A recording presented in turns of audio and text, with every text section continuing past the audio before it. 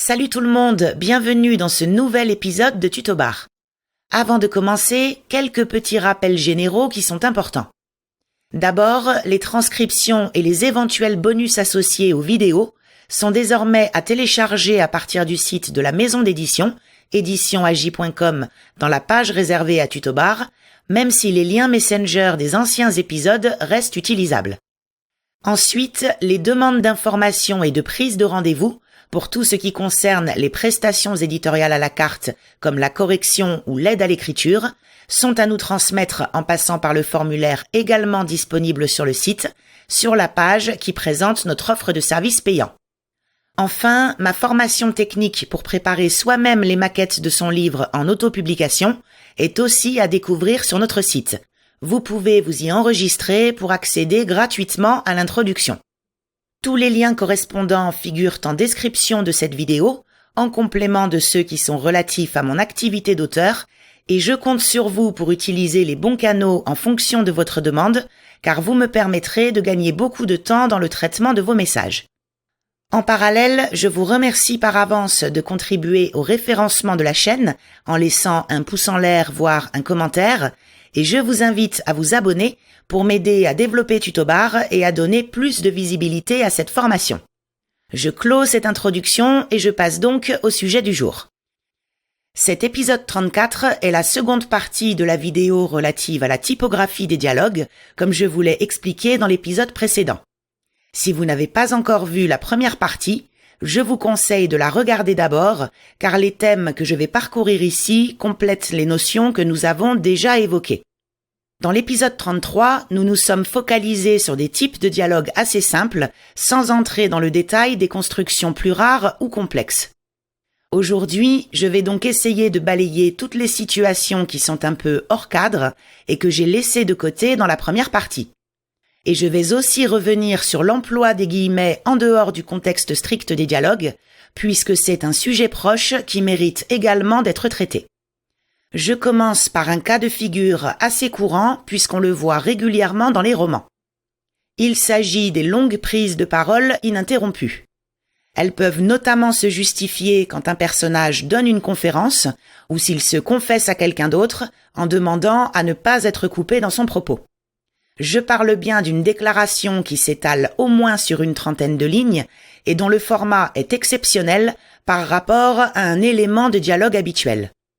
On a alors un monologue qui forme un bloc et qui n'est stoppé ni par la réponse d'un tiers, ni par un retour, même ponctuel, à la narration. Comme on ne doit normalement jamais créer de nouveaux paragraphes au sein d'un unique flux de paroles, dans la mesure où c'est justement la marque d'un arrêt du dialogue ou d'un changement de locuteur, cela peut devenir problématique d'un point de vue visuel, puisqu'on va se retrouver avec un pavé continu, ce qui ne favorise pas la lisibilité, a fortiori si ce monologue se prolonge sur plusieurs pages. Dans ce cas précis, que vous utilisiez la méthode des guillemets ou des tirets quadratins, vous allez appliquer la même règle suivante. Quand vous estimez qu'il est important que le monologue respire, vous créez un nouveau paragraphe.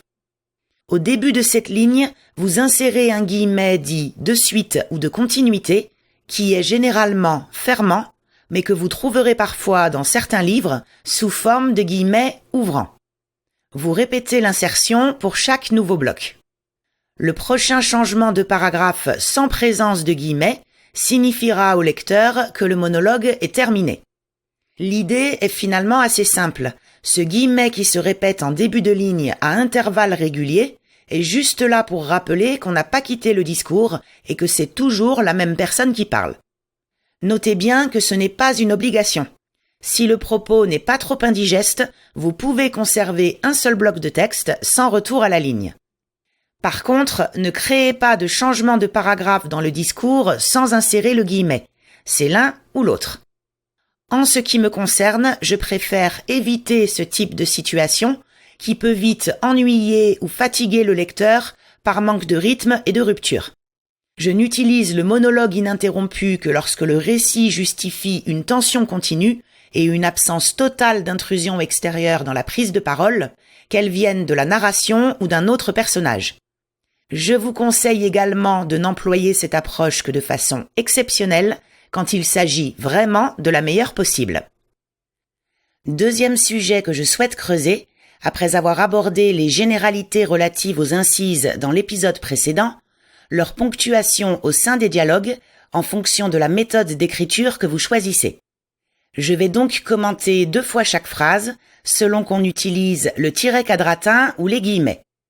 Premier cas, une déclaration simple se terminant normalement par un point, comme « j'ai envie de dormir ».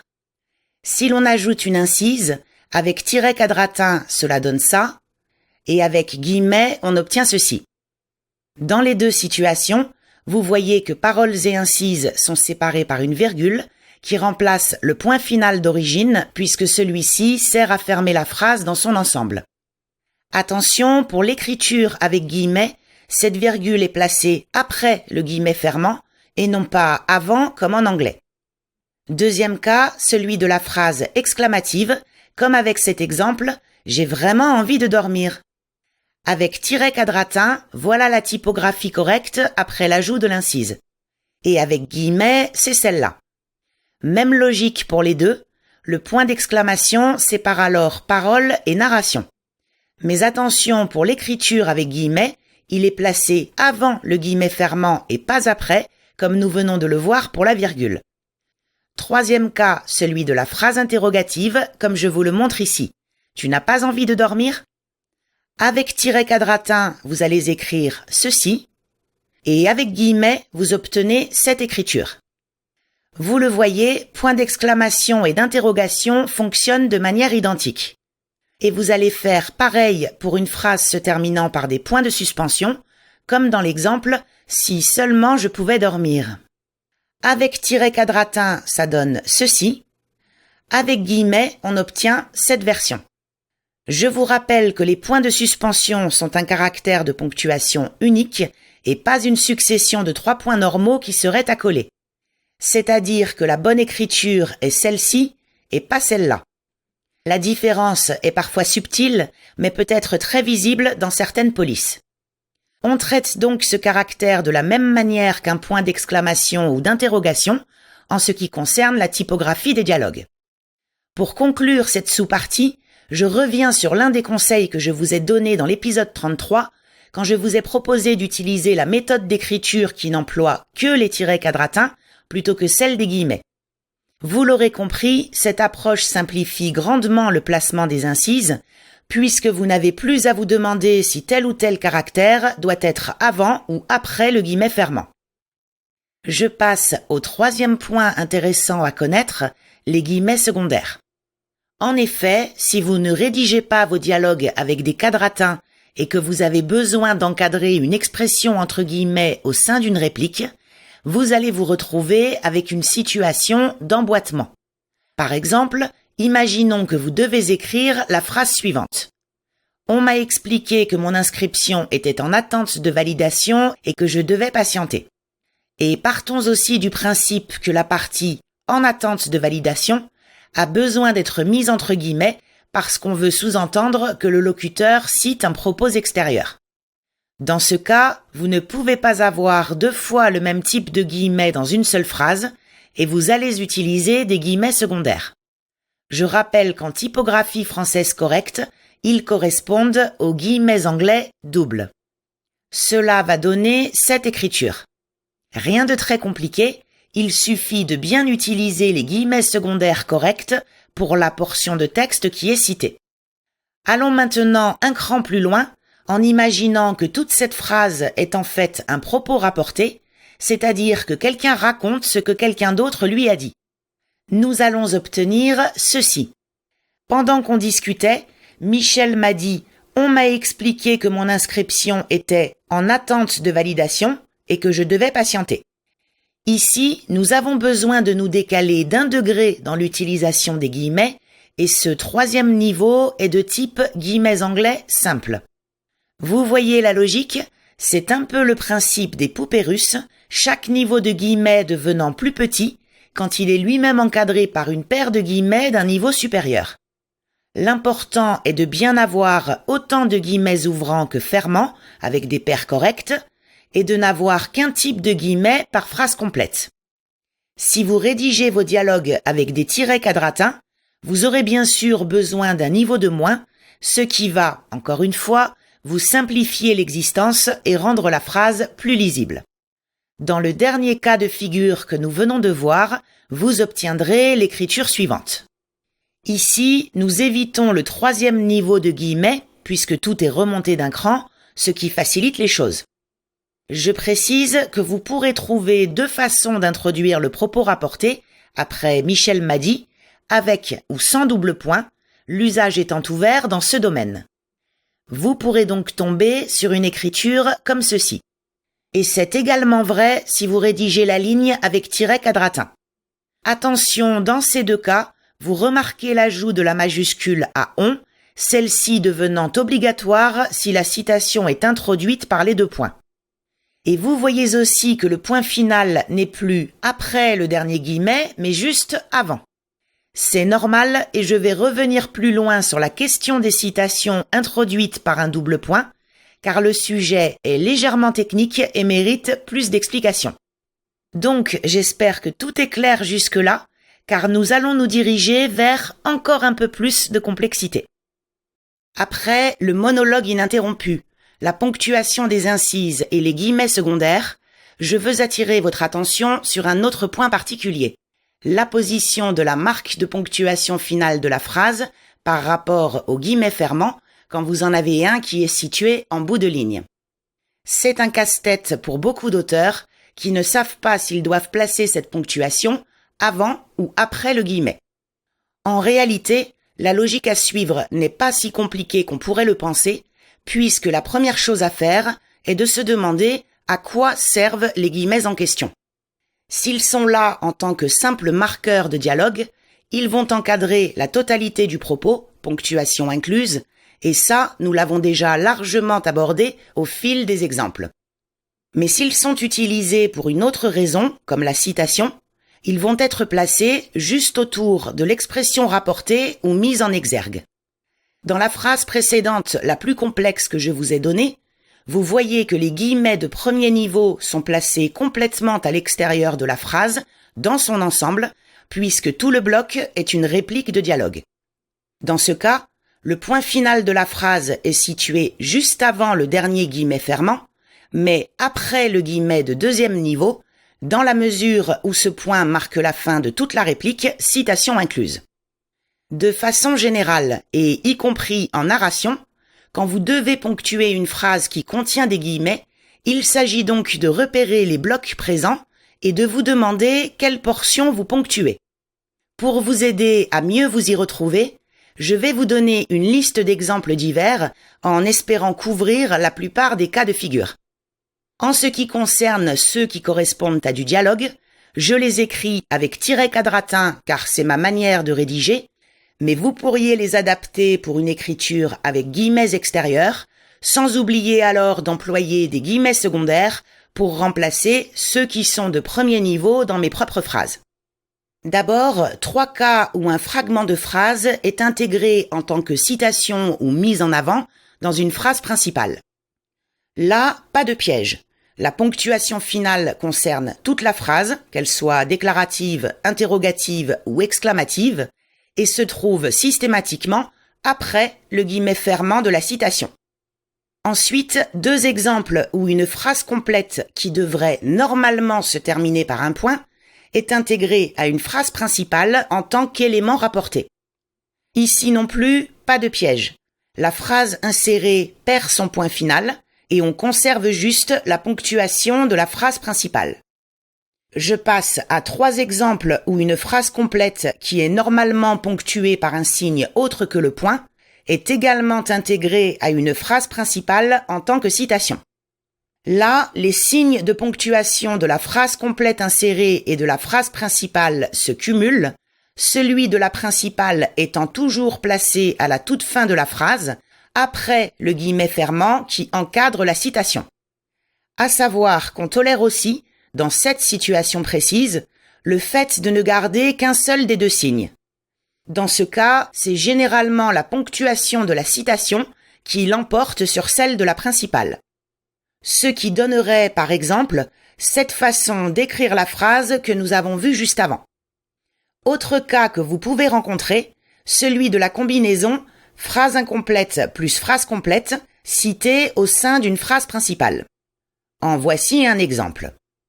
Dans cette situation particulière, parce qu'on a déjà un point qui sépare la portion de citation incomplète de la seconde partie entière, le point final conclut la citation et le guillemet fermant se retrouve après, en toute fin de ligne. Si vous avez un peu le tournis, aucun souci, c'est normal. Mais quand vous reprendrez tous ces exemples à tête reposée, vous verrez qu'en fait, derrière la complexité apparente, il y a vraiment une logique générale. Je reviens maintenant au cas où vous décidez d'introduire votre citation par un double point, puisque je vous rappelle ce que j'ai dit précédemment, à savoir que vous avez le choix entre les deux méthodes. J'ai commencé à en parler, notamment en attirant votre attention sur le fait que la majuscule devient obligatoire, mais je refais un point sur cette situation précise avec 4 catégories. D'abord, la citation qui se termine normalement par un point et qui est placée au milieu de la phrase principale, comme ici. La citation perd alors sa propre ponctuation finale et le point figure en fin de phrase. Ensuite, la citation qui est placée en fin de phrase, quel que soit le signe de ponctuation, comme dans cet exemple. Pour rappel, nous sommes dans la même situation que pour la phrase de tout à l'heure. À savoir que le point final appartient alors à la citation et pas à la phrase dans son ensemble, donc il est placé avant le guillemet fermant. Troisième catégorie, la citation qui se termine normalement par autre chose qu'un simple point, et ce, quelle que soit sa place dans la phrase principale. Là, tout est logique. La citation conserve sa ponctuation, y compris quand celle-ci est placée à la fin de la phrase, puisque c'est elle qui détient alors la ponctuation la plus forte. Par contre, si c'est la phrase principale qui, normalement, se termine par autre chose qu'un point, c'est elle qui l'emporte. Mais attention, petite exception, dans le cas où la citation elle-même est une exclamation ou une interrogation, dont la ponctuation entre en concurrence avec celle de la principale, comme dans la phrase suivante. Là, il faut faire un choix. On doit garder un seul signe, et l'usage recommande de conserver la ponctuation de la citation et de supprimer celle de la phrase principale. Mais c'est au rédacteur de prendre cette décision. Ici, en suivant l'usage, on retirerait plutôt le point d'interrogation final, ce qui donnerait ceci. À noter que dans ce type de cas, mieux vaut choisir l'écriture sans introduction de la citation par un double point, puisque ça simplifie tout, dans la mesure où la double ponctuation de fin peut alors être conservée, comme nous l'avons vu il y a quelques minutes. Par exemple, pour reprendre la dernière phrase, on obtiendrait cette version. De façon générale, chaque fois que c'est possible, ma recommandation est que vous évitiez l'introduction des citations par le double point, car comme vous pouvez le constater, cela va fortement faciliter votre rédaction. Je m'arrête maintenant sur un cas de figure un peu spécial, qui est l'introduction d'un court morceau de narration au sein d'un dialogue. Il ne s'agit plus des incises, qui correspondent aux verbes de parole et qui ont déjà été largement évoquées, mais des formules qui ressemblent à celle-ci. Comme vous le voyez, l'objectif est d'éclairer la mise en scène autour de la réplique. Généralement, on va trouver là des indications relatives au ton, au geste, à une action extérieure qui se déroule pendant que la personne s'exprime, etc. Dans ce cas, vous allez mettre l'expression entre parenthèses, sans majuscule ni ponctuation propre. Mais attention, même s'il n'y a pas de règle absolue en la matière, évitez d'employer cette mise en forme pour une formule trop longue. L'idée est d'utiliser cette façon de faire quand vous voulez donner une précision rapide, pas une grande explication. Si vous désirez transmettre plus d'informations, préférez une rupture du dialogue et un véritable retour à la narration. On pourrait, par exemple, écrire ceci. À vous de faire preuve de bon sens et de choisir la mise en forme qui sera la plus logique, lisible et respectueuse du rythme et de la mise en scène de votre dialogue. J'ajoute, pour terminer cette partie, que dans certains textes, vous trouverez parfois une écriture de ces éléments narratifs avec tiret demi-quadratin plutôt que parenthèse. Mais je vous déconseille de procéder ainsi, car on réserve normalement cette mise en forme aux expressions incidentes, y compris en dialogue. Vous voyez ce que ça donne dans cet exemple, où j'ai repris la première phrase en la modifiant légèrement. Je vous recommande de faire pareil et de bien distinguer la proposition incidente faisant partie de la réplique, qui est encadrée par les tirets de mi-quadratin, de l'insertion narrative qui, elle, est entre parenthèses. Dans tous les cas, n'oubliez pas la règle d'or qui est valable pour à peu près tout. Quand vous avez le choix entre plusieurs méthodes, une fois que vous en avez adopté une, n'en changez jamais en cours de texte afin de toujours offrir de la cohérence à vos lecteurs. Voilà, dans cet épisode, je pense avoir fait le tour de l'essentiel, même s'il est compliqué d'être exhaustif dans le domaine de la typographie des dialogues et du bon usage des guillemets de façon plus générale. Je vous rappelle que vous pouvez télécharger la transcription de cette vidéo pour relire tout ça à tête reposée, et normalement, vous devriez pouvoir trouver réponse à la plupart de vos interrogations. Mais si les divers exemples que je vous ai proposés ne couvrent pas un cas de figure particulier que vous ne savez pas comment traiter dans votre texte, commentez la vidéo afin que je puisse vous aider. J'espère en tout cas que ce sujet vous a intéressé et je vous retrouve prochainement dans l'épisode 35, dont le format sera un peu différent, car mon objectif est de revenir à une fréquence de mise en ligne plus importante, donc à un mode de création beaucoup plus simple et rapide. Je vous en dirai plus dans quelques semaines puisque cette future vidéo est déjà en cours de tournage. D'ici là, merci par avance pour vos pouces en l'air et vos partages et à très bientôt pour la suite.